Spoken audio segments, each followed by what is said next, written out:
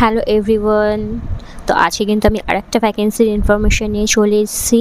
ভ্যাকেন্সিটা out হয়েছে post graduate institute of medical education and research centre থেকে।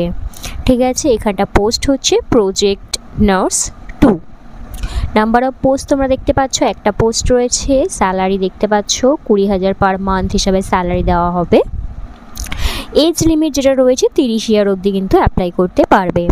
ঠিক আছে, শুধুমাত্র প্রজেক্ট নার্স 2 না, প্রজেক্ট নার্স 3রও কিন্তু ভ্যাকেন্সি বেরিয়েছে, যেটা হচ্ছে কি যে আমি তোমাকে বলে দিচ্ছি।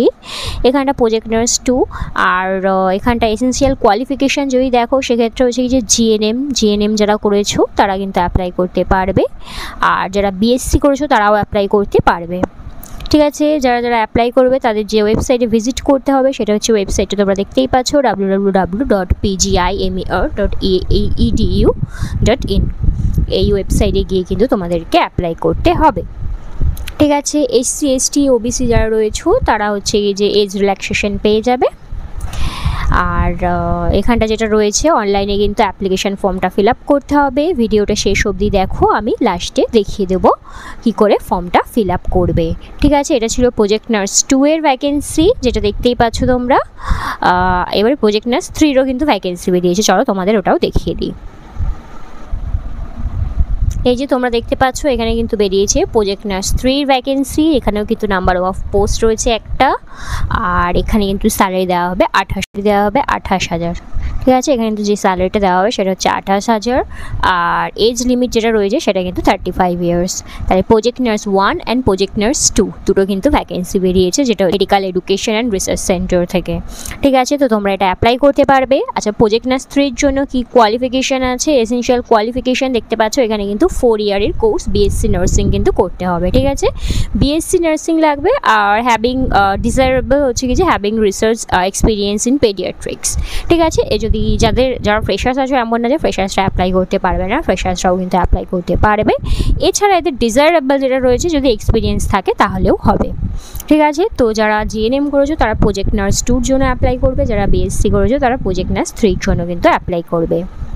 ঠিক আছে, তো এটাই ছিল কিন্তু নোটিশটা। আর এখানে যেটা বলেছি সিলেকশন প্রসেস কিন্তু বেস করে হবে স্কোরের ওপর, কে কত মানে মেরিট বেসিসে যার নাম্বার বেশি থাকবে সেই বেসিসে কিন্তু সিলেকশনটা হবে। এই যে মোর দ্যান 10 অ্যাপ্লিকেশন আর রিসিভ, যদি মোর দ্যান 10 অ্যাপ্লিকেশান রিসিভ হয় তাহলে কিন্তু টপ 5 যাদের স্কোর থাকবে বেশি তাদেরকে কিন্তু ইন্টারভিউর জন্য ডাকা হবে। এখানে কিন্তু কোনো এক্সামিনেশন হবে না। ঠিক আছে, ইন্টারভিউর জন্য ডাকা হবে টপ 5 ক্যান্ডিডেটকে, আর ওটা কিন্তু বেস করে হবে স্কোরিংয়ের ওপর। ঠিক আছে, আর এখানটায় হচ্ছে কি যে তোমাদের অনলাইন অ্যাপ্লিকেশন করার জন্য তোমাদের যে ওয়েবসাইটে যেতে হবে সেটা হচ্ছে দেখতে পাচ্ছ www.pgimer.edu.in। এই অ্যাপ্লিকেশন করার জন্য কিন্তু এই ওয়েবসাইটে তোমাদেরকে যেতে হবে। আর এই যে দেখতে পাচ্ছ যে last date of to fill the application online only হচ্ছে 19th মে। ফর্মটা কিন্তু অনলাইনে ফিল আপ করতে হবে, যার লাস্ট ডেট হচ্ছে কিন্তু 19 মে। 19 তারিখে কিন্তু লাস্ট ডেট, 19 তারিখে কিন্তু তোমাদের অ্যাপ্লিকেশন ফর্মটা ফিল আপ করে নিতে হবে। ঠিক আছে, আর এই যে ইন্টারভিউ ডেট যেটা রয়েছে 23rd মের আগে কিন্তু জানিয়ে দেওয়া হবে কারা কারা এলিজেবল আর কারা কারা ইন্টারভিউর জন্য যাবে। তো এটা ছিল টোটাল তোমাদের ইনফরমেশনটা প্রজেক্ট 2 অ্যান্ড প্রজেক্ট 3 নার্সের জন্য। ঠিক আছে, ভ্যাকেন্সিটা কোথা থেকে আউট হয়েছে সেটাও তোমাদের জানিয়ে রাখি। তো ভ্যাকেন্সিটা কিন্তু আউট হয়েছে, দেখে নাও, department of virology post graduate institute of medical education and research centre থেকে ভ্যাকেন্সিটা আউট হয়েছে, যার ডেট তোমরা দেখতে পাচ্ছ 3/5/2025। সেক্টর 12A চণ্ডীগড় থেকে ভ্যাকেন্সিটা আউট হয়েছে, চণ্ডীগড় মেডিকেল কলেজ থেকে ভ্যাকেন্সিটা আউট হয়েছে, যেটা ইন্টারভিউর ওপর বেস করে তোমাদের সিলেকশনটা হবে। অল ইন্ডিয়া কিন্তু অ্যাপ্লাই করতে পারবে।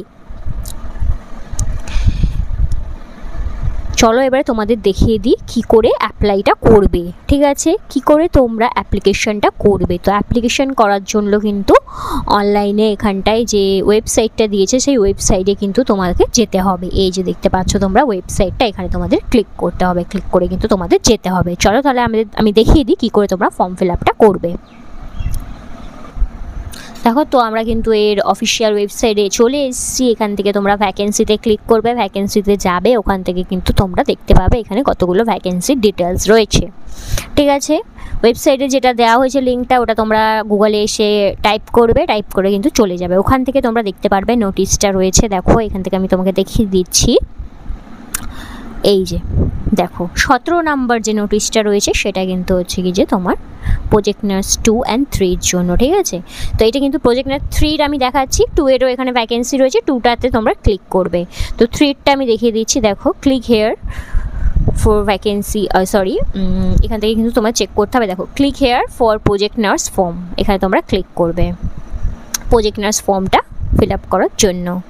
ক্লিক করবে, দেখো আসছে এই যে দেখো application form for the post of project nurse 3, ঠিক আছে। এরমভাবেই সেম প্রসিজারে কিন্তু তোমরা প্রজেক্ট নার্স 2 এর জন্য অ্যাপ্লাই করবে। তো 3টা যেরকম প্রসেসে হবে সেম 2 এরও হবে, আমি তোমাদের দেখিয়ে দিচ্ছি। চলো তাহলে তোমাদের দেখাই।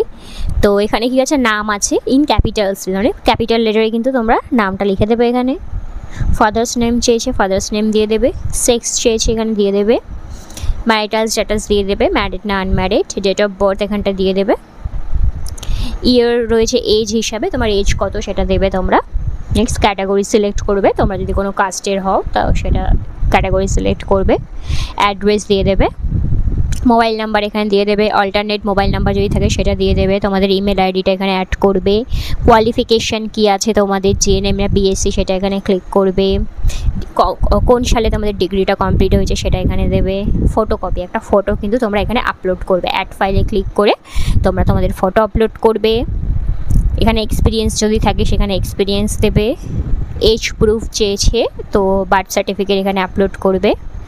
সিভি চেয়েছে, একটা আপডেটেড ভার্সন অফ সিভি, তোমরা একটা সিভি বানিয়েছো হয়তো, সেই সিভিটা তোমরা আপলোড করবে। সবাই একটা সিভি বানিয়েছো। তো আমি খুব তাড়াতাড়ি কিন্তু আমার চ্যানেলে একটা ভিডিও নিয়ে আসবো কী করে একটা নার্সিং স্টুডেন্ট কী করে সিভি বানাবে, কী করে সিভি বানালে তোমাদের সিলেকশন হওয়ার চান্স সব থেকে বেশি রয়েছে। তো এইটা রিলেটেড আমি একটা ভিডিও আনবো। তো তোমরা যদি একটা সিভি বানিয়ে থাকো তাহলে তোমরা এখানে সিভিটা আপলোড করে দিও। আর কোয়ালিফিকেশান প্রুফ মানে তোমরা এই যে মার্কশিট যেটা রয়েছে সেটা কিন্তু এখানে আপলোড করবে, ঠিক আছে। আর এক্সপিরিয়েন্স যদি তোমরা এখানে দিয়ে থাকো 1 ইয়ারের এক্সপিরিয়েন্স, তাহলে তোমাদের এক্সপিরিয়েন্স সার্টিফিকেটও থাকতে হবে, সেই সার্টিফিকেটটা এখানে অ্যাড করতে হবে। যদি না থাকে তাহলে এটা করার দরকার নেই। কাস্ট সার্টিফিকেট থাকলে এখানে কাস্ট সার্টিফিকেটটাও এখানে আপলোড করতে হবে। লাস্টে এখানে তোমাকে ডিক্লেয়ার করতে হবে, এখানে টিক করে দেবে, এরকম করে টিক করে নিয়ে সাবমিট করে দেবে ফর্মটাকে। সেম প্রসেসে প্রজেক্ট নার্স 2 এরও ফর্মটা ফিল আপ হবে। তো এরকমভাবে তোমরা ফর্মটা ফিল আপ করে রেখে দাও। আর 23 মের আগে কিন্তু এই ওয়েবসাইটে আসবে, এই ওয়েবসাইটে নোটিশ দিয়ে দেবে কারা কারা সিলেকশন হয়েছে এবং তাদেরকেই ইন্টারভিউর জন্য ডাকা হবে।